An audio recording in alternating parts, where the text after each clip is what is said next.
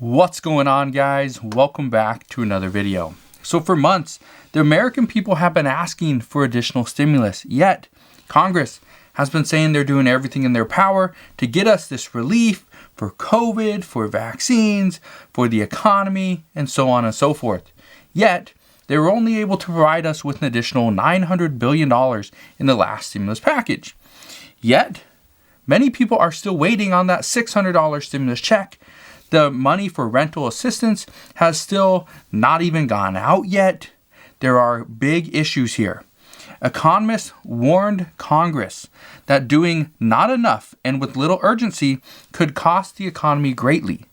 Well, after 18 days with President Biden in office and Democrats holding all the power, they're in the Oval Office, they're in the House, and they hold the majority in the Senate as well. They have all the power. Well, we have still not seen anything done at this point. Yes, we have seen they passed the budget resolution. They have done little things here and there. Their Senate is going to be working on former President Trump's impeachment hearing, but none of that stuff really matters for the current stimulus package. The budget resolution, yes, it allows the committees to start working. However, it doesn't mean stimulus checks are coming tomorrow. It doesn't mean a boost in unemployment is going to be extended. It does not mean food banks will be provided with additional food or rental assistance programs will be given more funding for their programs, because right now they're not even using the money that they have been given. There's a lot of issues. Now, and yes, we are going to start to see some more updates very soon. However, Congress is working too slow. Now, economists are saying that due to the length of time that the past $900 billion stimulus package has passed, and it's taking way too long to get this money out. It's taking way too long. The amount of time between when it was passed on December 27th and today, which is February 7th, we're still waiting on checks. This is a big issue. Congress is going about everything the wrong way. That's what many economists are saying. Some economists are now saying that some of the critical pieces of legislation that were once so important are now not so important. For instance, state and local government funding. This was one of the things that earlier was said that if this was a priority, it was a must-have according to Democrats. Well, now it doesn't seem as likely because some are saying that these states, these localities have been able to make up the differences in lost revenue in some creative different ways, but they've been able to do it. Some are still hurting, but most of them have been able to fight their way back. Yes, it was difficult, but they were able to do it. For another example, housing assistance programs have found ways around using stimulus money for one main reason: they didn't have any. They had to use money from their own states to provide housing assistance to their residents, to their communities. They weren't relying on stimulus money. They were pulling money from the rainy day funds from their states. But this was because the governors were doing this, not Congress. Congress wasn't forcing them. The governors were taking money from their state to give it to their residents. That was huge. Food banks are now relying on their communities, and their communities are giving them money, food, and help, as opposed to relying on government funding. And the amount of people that have completely given up on finding a new job, and finding new work, that number is staggering. There's a lot of people that have just given up completely because the jobs aren't coming back as quickly as Larry Kudlow once said they're coming back. We're seeing a V-shaped recovery. So, some economists are now saying that Congress is trying to solve issues that we once had, but not the ones that we currently have. That is a big statement. And I say this because if Congress is trying to solve issues that we once had and not ones that we are currently going through, what's going to happen? They're going to spend money on things that we do not need. For example, stimulus checks. Stimulus checks are not seen as one of those things that is not needed. This is one of the most important and critical pieces of this stimulus package. There's actually three main pillars. Okay, three main pillars that economists agree with President Biden and the Biden administration on. Number one, stimulus checks. Number two, vaccine funding. And number three, unemployment. Those are the three things that economists and President Biden are all saying. Those are the three main pillars to this stimulus package. Well, some are saying that in order to get the economy back and get it back up and running like it once was, we can't just look at stimulus checks as a way to put money into people's pockets and then they go on and spend it. Because the American people have got smarter over the past year. The American people are not just going to go and spend the money. They're going to put the money into savings and build back that savings account that they once had, that rainy day fund, that emergency fund. It is because of this that many economists are currently saying that a one-time stimulus payment of hopefully $1,400 is not going to be enough for the economy to bounce back. We are going to hit a wall, and we will hit that wall within the next 18 months. That's 1.5 years. That is not good. Some are saying that this stock market bubble or this stock market might hit and the bubble might pop. Okay, it might not happen today, might not happen next week. It might take a little while. Okay. Some are also saying the housing market is just too high. It's too hot. There's not enough inventory. It's going to crash. And I agree. It's going to, see a dip. We're going to see a pullback, both in the stock market and the housing market. However, do we see a crash? All of this is dependent on what Congress does. How much stimulus do they provide the American people and put back into the economy? Do we see inflation anytime soon? If we do, when and how high? All of these things are going to matter. But right now, what I can tell you is a lot of people are looking into the specifics, and they are telling us all the same things, to just be careful. And so with all these experts, all these economists telling us, let's just be careful. And Congress is going to come out and say, we're going to give you a $1,400 stimulus check, and you need to go and spend it. Spend it on, something. Go buy yourself something. Some new clothes, a new car, whatever. Just go and spend it. Do you think that's going to happen? Absolutely not. The American people have got smarter over the past year, and I guarantee many people do not spend this stimulus check as fast as they spent the last two, if they've received the last two. I guarantee that.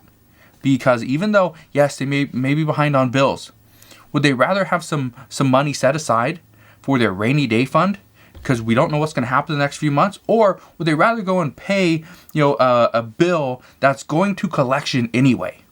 Chances are they are going to put that money in a rainy day fund because they know that bill is going to collection. They already understand that. They know it's going to happen. It's going to ruin their credit a little bit, but they will be able to live off that because now they have money to put some food on the table, keep a roof over their head. Now, we did hear from Treasury Secretary Janet Yellen earlier today, and she was very clear with what she wants. Janet Yellen said, the exact details of how it should be targeted are to be determined, but struggling middle-class families need help. This is regards to that $1,400 stimulus check. We know it's not going to be anything higher. Progressives have been fighting for a $2,000 stimulus check, and even a group of House Democrats have been fighting for $2,000 per month. Now that is highly unlikely. Even Bernie Sanders was pushing for that at one time. Even Kamala Harris was pushing for that at one time and proposed a bill with Bernie Sanders for that. However, even Bernie Sanders says we have to give $1,400 stimulus checks to every single eligible American. However, it's the targeting that's becoming the issue. Janet Yellen also went on to say, President Biden is certainly willing to work with members of Congress to define what's fair, and he wouldn't want to see a household making over $300,000 receive these payments. She also went on to say that Americans who make $60,000 per year should still receive a stimulus check. So that tells me right there that if a individual who's making $50,000, because that is what's currently being discussed as the cutoff, I can tell you right now, $50,000 is actually seen as too low. It's cutting out millions of Americans. So we used to be at $75,000. Janet Yellen is saying that if a couple or somebody making $60,000 should still be able to receive a stimulus check. My guess is that's what the talks are now. Is can $60,000 be the compromise between 75 and 50? Can it be 60? If it is, that means that a family, instead of $100,000, it should be for a couple, two people, it should be $120,000 instead of $150.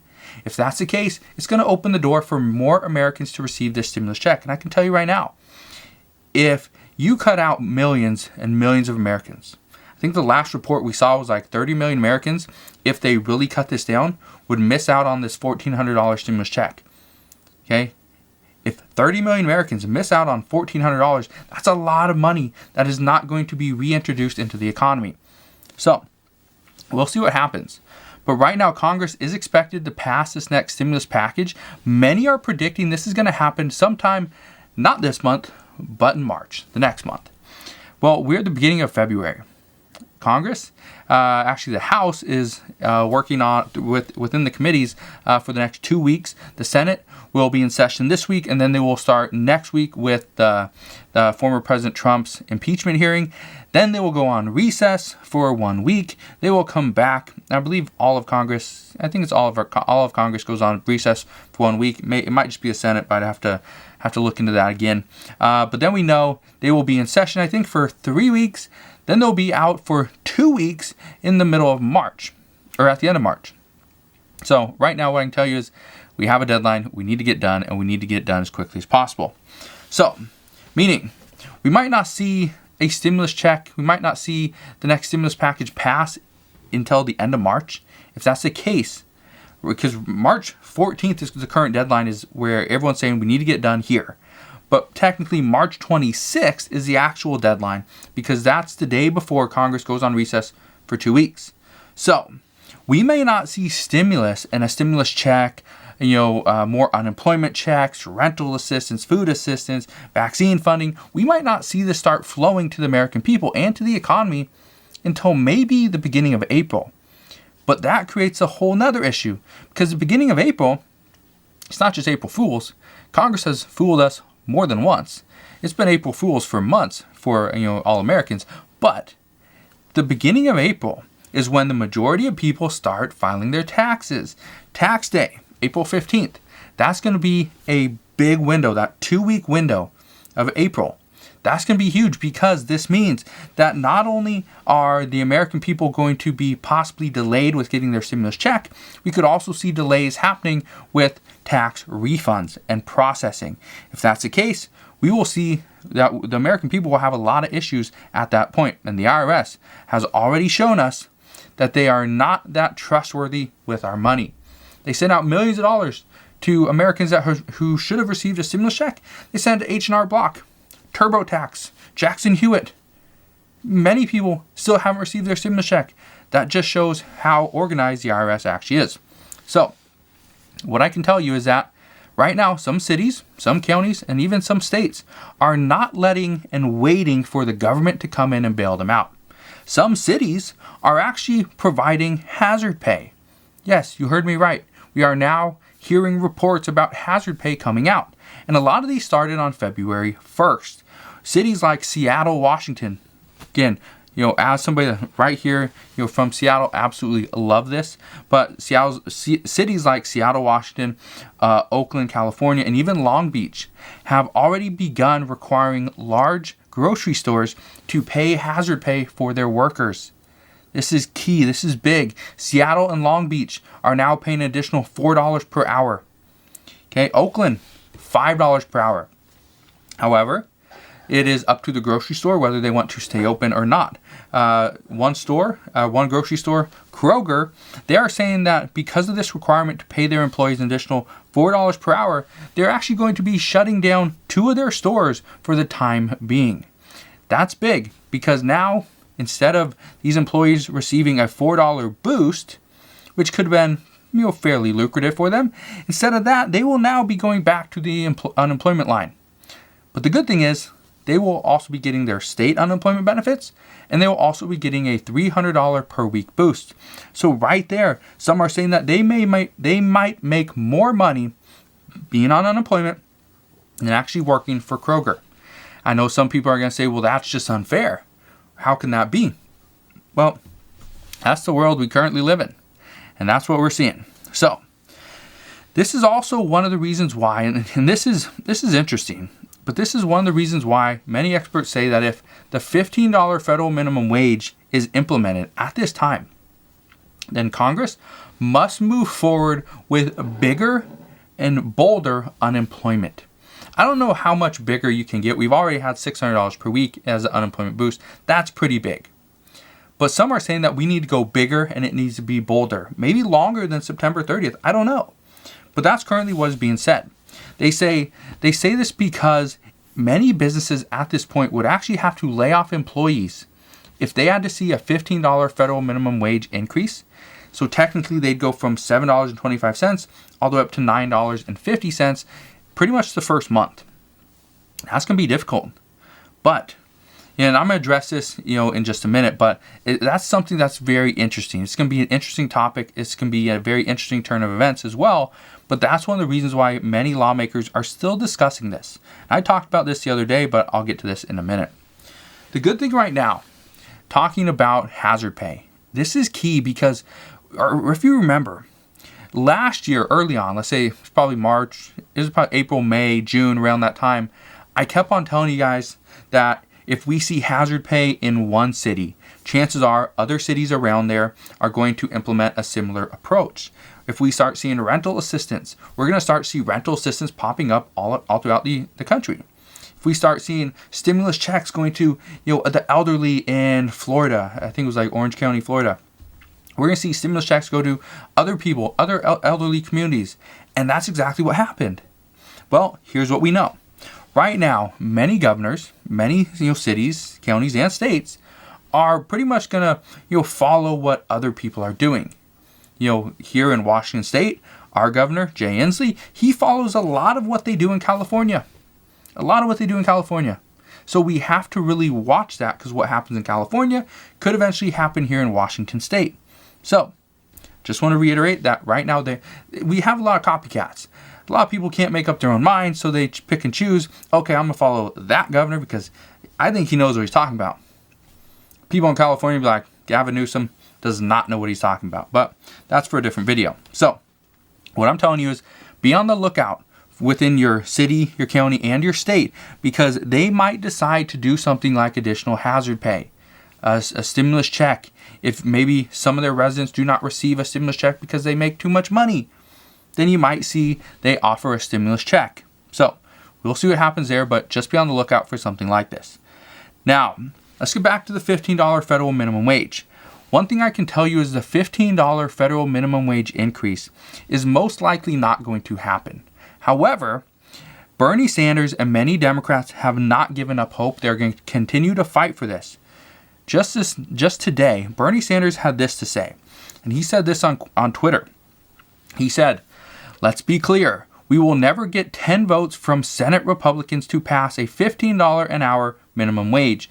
The only way we can do it is with 51 votes is through the reconciliation process." And I can tell you right now, okay, I'm trying to stay right in the middle. I'm not trying to side with $15 per hour for employees. I'm not trying to side with the businesses. I'm trying to stay right in the middle. What I can tell you is he is absolutely right. If Democrats do not get this done in the budget reconciliation, the $15 federal minimum wage is not going to happen. Unless, the only way this can happen is if Democrats were to somehow win more seats this upcoming midterm election. And I don't even know if there's that many seats available during this midterm election, but if Democrats were to win an additional 10 seats, that would give Democrats a 60-40 split in the Senate, which means they can push anything through and they do not even need to worry about a budget reconciliation. That's the only way. Or they have to get rid of the filibuster, which many Democrats at this point, actually a few Democrats and every single Republican do not want to do this. Even President Biden does not want to get rid of the filibuster, which is the only reason why they have to have 60 votes. So, what we are hearing is that the problem right now is increasing wages to $15 per hour during a pandemic is not seen as the right move. But I just want to be clear, we're not increasing wages from $7.25 all the way up to $15 per hour. We're not doing that. It's going to $7.25 up to $9.50 immediately. As soon as this bill is passed, the next day we should be at $9.50. Well, here's what we're hearing. If the employer is required to to pay an additional $2.25 per hour to every single employee on day one of this bill passing, it's not enough time. Employers need more time than this to actually put their own pricing structure into play and to determine, do our customers, will they pretty much pay for our service, our food, our product, whatever, if we increase the prices to make up the difference for what the owner could potentially be losing. And so it would be a good idea, and this is just an idea being thrown out there by some experts, not even by lawmakers. But they're saying, because a lot of these lawmakers have never really owned a business, so they don't understand really what it takes and what it entails to keep the business open. But some experts are currently saying that it would be wise to test this, to allow business owners to test this. Can I increase my prices? If I can't, do I have to lay off employees? And again, this is one of the reasons why going from $7.25 and immediately jumping to $9.50, it would be great for employees. But if the employer decides it's not feasible, I have to let go half my staff, then fine, you have to let them go. But this is one of the reasons why experts are saying if you do a $15 federal minimum wage, you will have to do more unemployment benefits and probably for longer. But do not jump from $7.25 all the way up to $9.50 on day one. You have to give employers more time. So some are saying, let's phase it in. Let's actually phase it in longer. So yes, maybe get to $15 per hour in 4 years, but maybe instead of going from $7.25 all the way up to $9.50, within day one, maybe go from $7.25 to like $8 on day one. And then you start to phase in from there, maybe every year, every 6 months. Because if you do that, it gives employers a little bit more of an incentive, and it's a little bit easier to go from $7.25 to $8, which again, I believe the last report I saw said only 2% of hourly wage earners get paid minimum wage. The majority of people, 98%, get paid higher than the federal minimum wage. So really, we're only addressing the 2%, but those 2%, they do matter. So if you are a minimum wage earner, I'm just here to tell you, your wages, your income, your job, it does matter. Just because you're the 2% does not make a difference. I just wanted to throw that out there for you. So that's currently what we're hearing regarding the next stimulus check, stimulus package, unemployment hazard pay, and the $15 federal minimum wage. As always, consider subscribing so I can continue to keep you updated on everything that's going on, and I'll see you guys on the next one.